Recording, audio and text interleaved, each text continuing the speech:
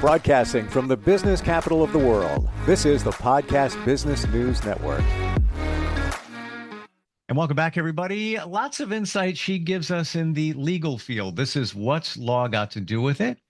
With our professional of the year, she is with a firm in New York City, a partner at Greenspoon, Marder, LLP. And her specialty is litigation in the area of construction and real estate. And we are going to look at that today, specifically one area that could affect all of us. God forbid, in the event of a disaster or some challenges. Carol Sigmond is with us again on the program. How are you doing today? I'm very well, Steve. How are you?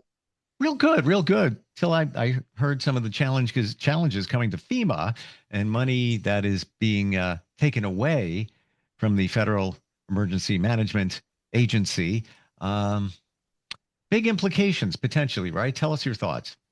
Well, they're doing this 2 months before the beginning of the Atlantic hurricane season, which is a little troubling because, what's the plan for the Atlantic hurricane season?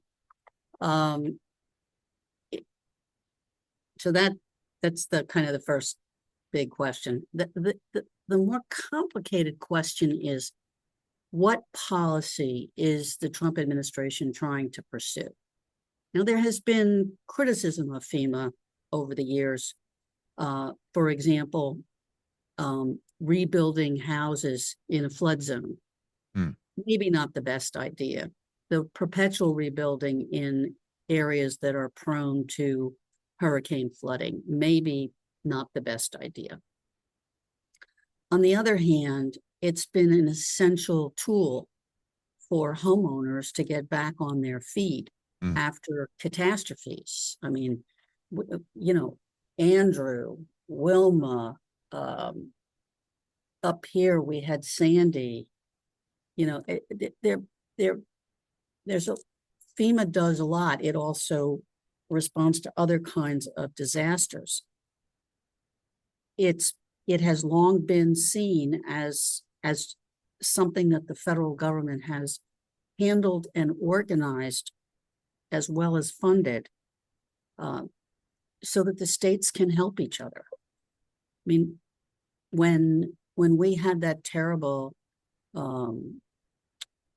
situation after Sandy, I remember sitting on a bus and watching a long string of ambulances from Wisconsin and Michigan and Illinois making their way up 3rd Avenue from New York Hospital, from Langone to Mount Sinai, because Langone was losing its generators and Sinai had capacity.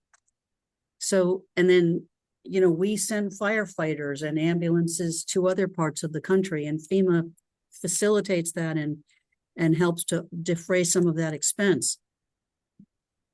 I mean, what are we if we don't help each other? What's the purpose of the federal government if we don't step in and help our neighbors, even if they're 1,000 miles away? They're still our fellow countrymen, and they're still, part of our world. So I'm a bit concerned about the possibility of closing down FEMA and what this is going to mean for housing. Now, let's get some clarity for those of us not plugged into this. Is FEMA entirely going away, or most of it is being dismantled? What are you hearing? Well, it's a little hard. I took a look this morning to see what the latest was. It seems that some of its functions they're attempting to reassign to other agencies. Not 100% sure where they're going. They might be going to Homeland Security. FEMA is another federally created, congressionally created independent agency. I'm not sure Congress will allow it to be closed down or even its functions transferred. That remains to be seen. I haven't seen a lawsuit filed yet. I would expect one would be filed at some point. So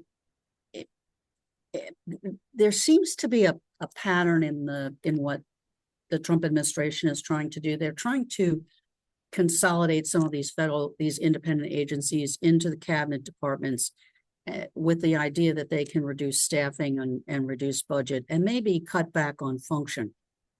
FEMA's functions are a little difficult to cut back on. I mean, think about, after Katrina, you had all those people in small boats that had to go out and rescue people who were trapped in their homes. I mean, if FEMA doesn't do that, who's going to do it? Who's going to organize it? Sure.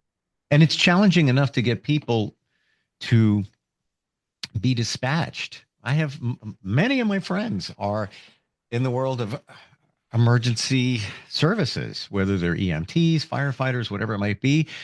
And the last hurricane down south, they couldn't get enough volunteers, couldn't get enough people. They were begging.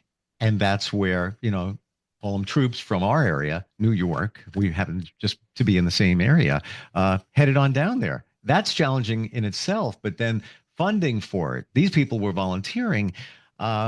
That you have to have funding for equipment, fuel, supplies, etc. Do you think it would be reasonable? They've got to eat. They've got to be housed. Yes, absolutely. And thank goodness, the goodwill nature of a lot of, fast food restaurants, they stepped it up and set up things in the parking lot to feed them in the, emergency situation. Do you think it would be reasonable if there needs to be cutbacks for FEMA, cut back on some of the other programs that are non-emergency related and just keep the war chest, if you will, retained for when disaster strikes? FEMA doesn't really have much else. They do disaster planning. They do pre-disaster staging. They acquire stuff, generators, vehicles, prefabbed hospitals that they can put up when hospitals are flooded. They don't have, other than their planning function, there isn't a lot of other functions they're doing. And I'm unaware. That's why I was even bringing that up. Just a tremendous fact. If you were going to look at FEMA's budget and you were going to look for a way to maybe make it more rational, you start to look at, should we continually rebuild on the coast? Should people in Florida move 300 feet back from high tide, let's say? Should we continue to rebuild in areas that are showing a propensity to be hit over and over again? Those homes that they built in Houston in a spillway, should they even have been built? And then, how do you can't rebuild them. You can't put them back in a spillway. I mean, it's designed as a floodplain. It's just a bad idea. Right. So a lot of the discussion that I've seen over the years has been, do we begin to restrict coastal building? And you've seen some of it in New Jersey. You have some of it in New York, where they either were saying don't build on the dunes, or you have to build on essentially houses on stilts so that they're not so flood prone. So maybe do you try to reduce the risk of homes being lost in these storms, or do you simply recognize climate change is real and pull some of the properties back from water's edge and say, no FEMA coverage here. FEMA's not coming in. We're only going to go so far. Okay. All right. So I see this in a different light now. So it's FEMA really putting up their boundaries as to what areas they will attain to when there is an emergency. So, okay. All right. Well, that's not the discussion going on right now. The discussion going on right now is kind of break it and see what happens. I'm saying that if you were trying to think it through and rationalize FEMA, you might start looking at some limitations. Sure. They wouldn't just be limitations on the coast. They may be, you say to California, you can't build this densely in the desert. It's too dangerous. It's not just the water, it's the fires as well. I'm getting it, man, and I understand these are, we have a canvas, we have paint, and we're coming up with different, scenarios that might work. And that one, if cutbacks need to take place, maybe that's reasonable, because how can you protect something on a coast where even it's hard enough to get insurance for it. Now you're looking at protecting it from the government side in case something were to happen. What about human life? I mean, people are in these homes. Sometimes they don't want to leave, and sometimes it's dangerous. And then emergency service personnel are at risk to try to get them out. I'm not completely convinced that it's just about money and property. It's also about, people's lives and quality of life. And, not putting nursing homes in areas of risk and not putting hospitals in areas of risk, not putting schools in areas of risk. Just, do we need to really think about resiliency when we build things in the future? Sure. And then you have those situations like last summer where a village in the middle of North Carolina, no one would ever think it would get tremendously flooded, and that's an understatement. To me, that's why we have FEMA. Situations like that, just you need quick response, you need quick funds. No one saw that coming. Well, and you also need FEMA, which had, cell towers. I mean, they had prefab cell towers that they could move in. And I have a very dear friend, longtime dear friend, who lives in Brevard, North Carolina. So as the storm was coming, I said, we're going to lose you. I'm going to keep texting until I can find you. And then I was texting her, and FEMA put up a tower. She was able to get a text. And then she said, we need to know what roads are closed. So I found a North Carolina spreadsheet that had the closed roads in her areas, and I sent it to her. And I was sending her as much information as I could get her. Wow. The text, because all they had was the FEMA cell tower. They had no cell. I mean, it was just out. Everything was out. Probably no internet, FEMA just very minimal. But FEMA came through with water and food and, medical facilities.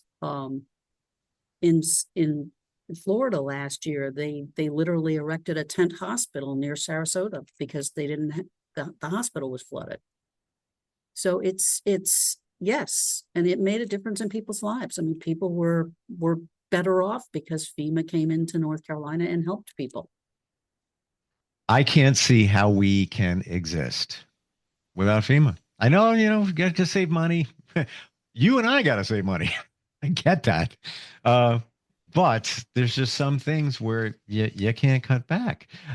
Talking about money, construction, housing, real estate is your legal expertise. We skimmed upon this, but never dug deeper into it. And it just seems to be coming around again. The rental prices are just through the roof pretty much everywhere in the country right now.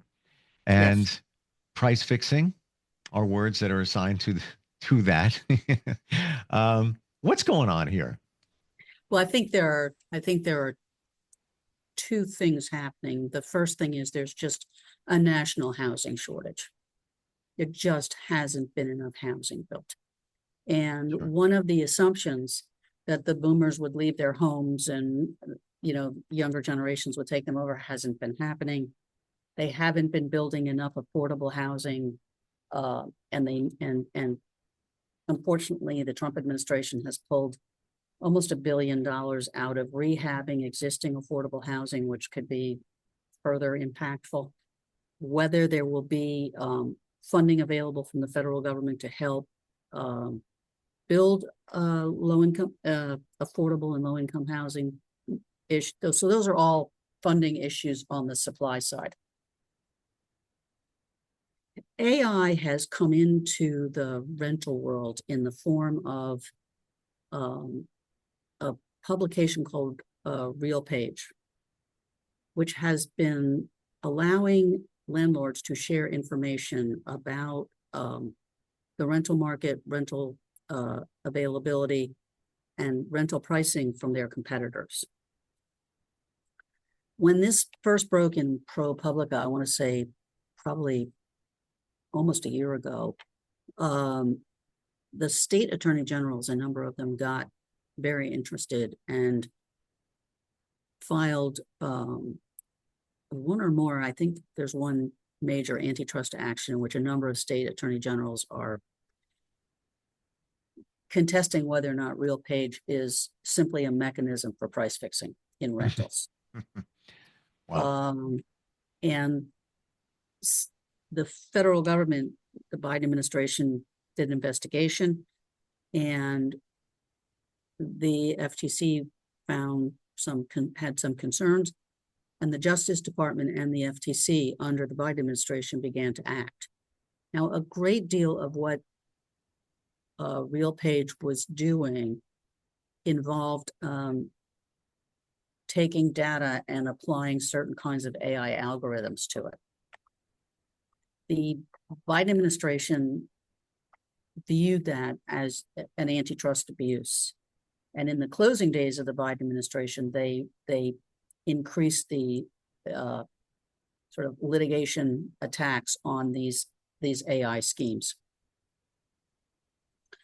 The Trump administration came in and they haven't dismissed any of these cases. They haven't really looked at them, but there's a shift in focus.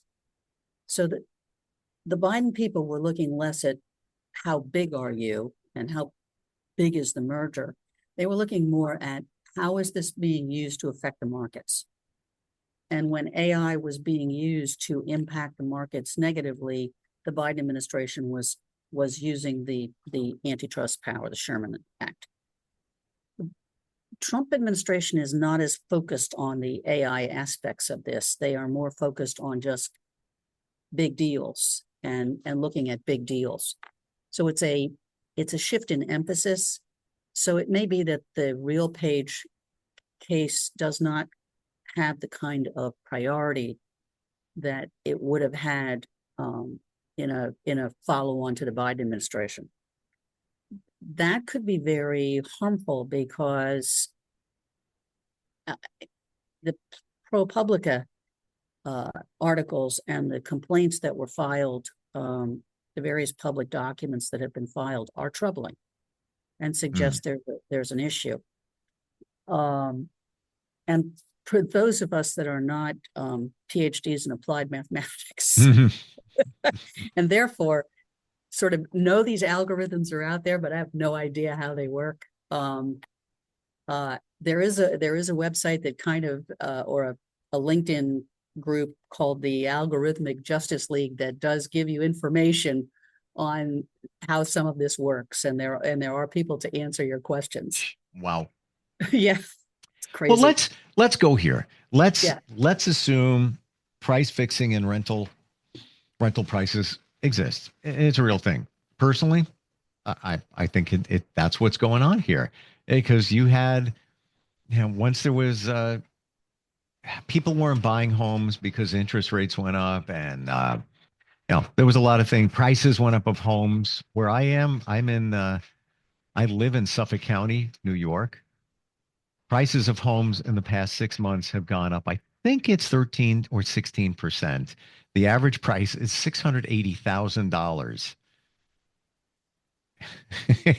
And in Nassau County, which is the county right next door to it, which is closer to the city, it was only like a 3% increase, and you're talking like $800,000 of an average price. We're not, yes, the Hamptons are attached to Suffolk County, but that's way far away.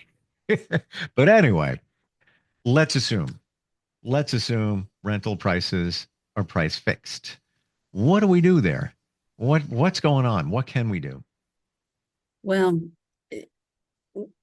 either the state attorney generals or the Trump administration or both need to press this litigation against RealPage to stop the sharing of data and to control the algorithms that are allowing them to project what their competitors are doing. Okay.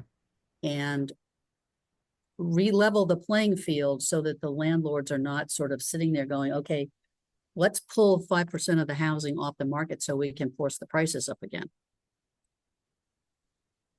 Ouch. Yeah. Yeah. Wow. That is just dirty. That's horrible. That's people's lives. That's everything right there. There's probably nothing worse from an economic point of view than price fixing. It has such an insidious effect when it gets going. And if the ProPublica publications are right, it's going. Yeah. I'm kind of hoping that by keeping a public focus on it, it will encourage landlords not to participate and to withdraw and not use the use the real page information and, reset the market and re-level it. But it's going to be hard without, government action. And you have a lot of rental companies swallowing up different complexes.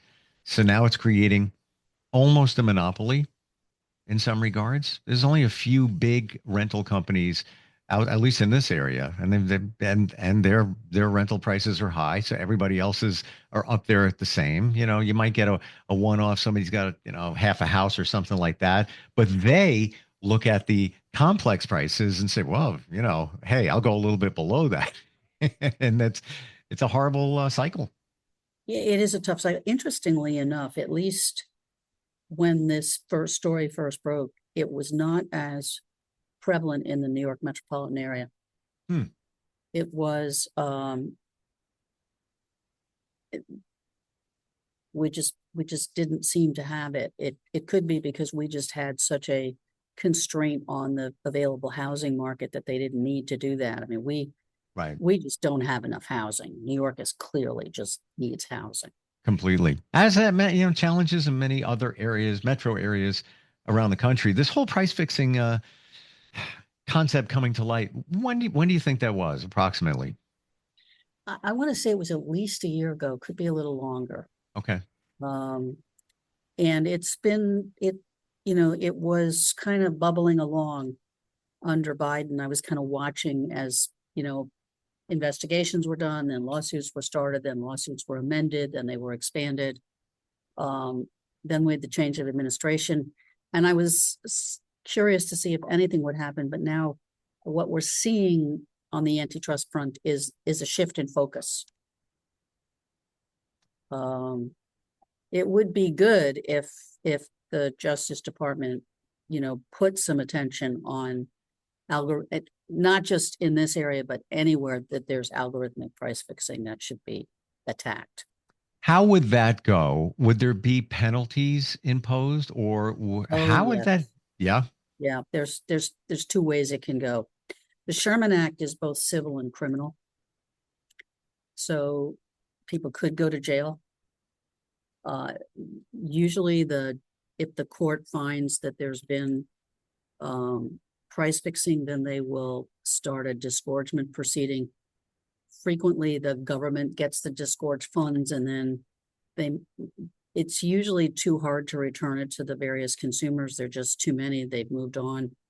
So, the funds might be used to, for housing loans to build other housing or, renovate or whatever the particular state or federal agency thinks is a good use of these public funds. But there is generally disgorgement, and it can be quite substantial because they can disgorge more than the amount that they obtained unfairly. So in closing here with the price fixing on rentals, could there be a fund created, like when there's a class action lawsuit and you can log in, give your personal information, and prove that, yes, I was renting in the ABC complex. And it's possible. That is possible. Okay. I don't know how. I haven't studied the cases closely enough to see what remedies. There was sort of general disgorgement remedies, but they haven't talked about whether they would try to return it. Some of this housing is student housing. They could go back to the universities and give them funds to subsidize students. There's a lot of different mechanisms for fixing it, including but not limited to trying to return money to people who actually overpaid. I like the way you said that. It's so legalese, including but not limited to. I don't even know if you say that. Like it's no, programmed, I don't. It's like it's legalese. I think it's great. In fact, yeah, you never hear it. Sorry. No, not at all. This is what you do and very effectively. But when I hear certain terms, they stand out as if I'm reading a contract, an agreement, stipulation, whatever it might be. Somebody wants to reach you, Carol, for just picking your brain, maybe legal advice, legal situation, whatever it might be. How do they find you? The best way to find me is carol.sigmond@gmlaw.com. And I do answer my emails. I read them and I answer them. Thank you so much for being here. I feel like I am the smartest person in the room when we get done, and can share that with others. And it's just so much insight, important stuff that's going on that in this industry, in this category, you don't hear a lot about it. And I appreciate it. Thanks, Steve. It was nice seeing you again. You too. We'll be right back.